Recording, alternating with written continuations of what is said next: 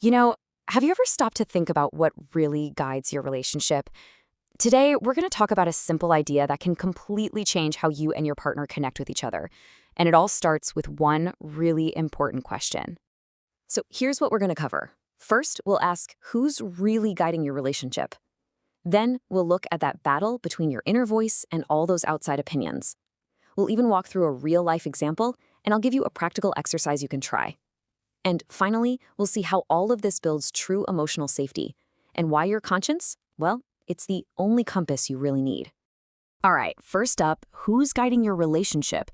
It's a question we just don't ask ourselves nearly enough. Seriously, who's in the driver's seat? Is it your own conscience? Or is it the advice, the opinions, and maybe even the judgments from everybody else? It's kind of wild how often we let outside influences, friends, family, even social media, shape how we deal with things in our own partnerships. And when that happens, something subtle but pretty serious starts to happen. That emotional closeness you have, it starts to drift away. The trust that you've built begins to get a little weaker. And all of a sudden, you find yourselves making decisions to impress other people instead of doing what's right to protect your relationship. So, what do we do about it? Well, it all comes down to this one guiding principle for our whole chat today. Trust your conscience over outsiders.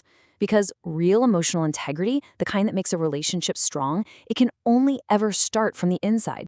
Okay, so let's dig into this a little deeper. This sort of battle between our internal guidance and all those voices from the outside. It's really about image versus reality. And this contrast is so important.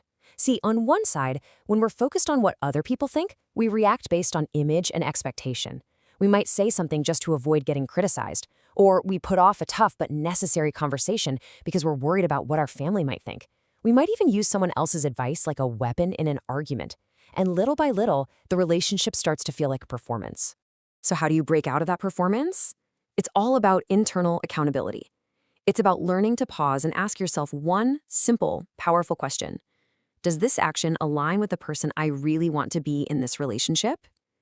That little check-in, that is your key to acting with integrity, especially when things get tough. And the benefits? Oh, they're huge. When couples start to trust their own conscience, you see the blame and the defensiveness just start to fade away. They're not using outside opinions as fuel for their fights anymore. And instead of being a battle, a disagreement actually becomes a chance to understand each other better and to repair that connection. Okay, this all sounds good in theory, right? But what does it actually look like in real life? Let's walk through a little scenario that really shows this choice between integrity and image.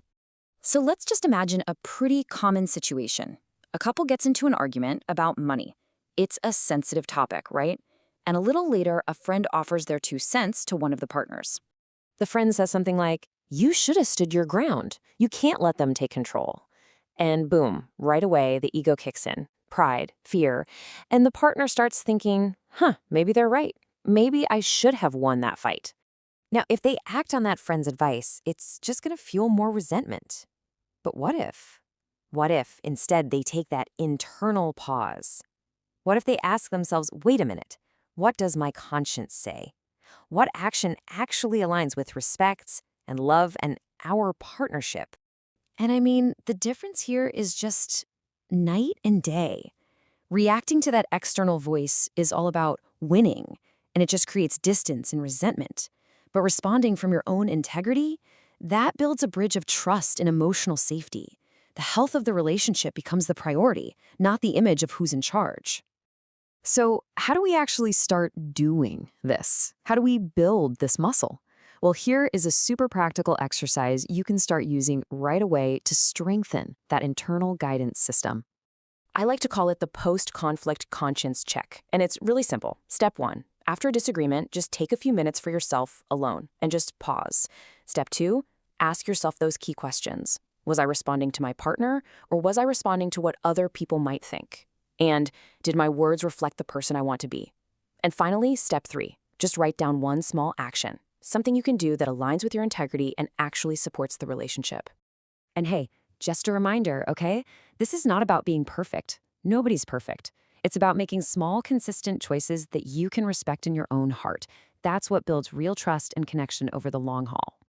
So why go through all this trouble? What's the big picture here? Well, the long-term vision, the real goal, is to build true, lasting emotional safety in your partnership.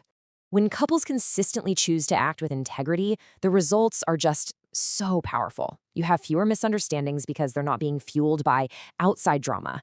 There's less defensiveness, less blame. You start working more like a team, and you become way more resilient when conflict does happen. And ultimately, your relationship becomes this safe space where both of you can be your authentic selves, and that is valued above everything else.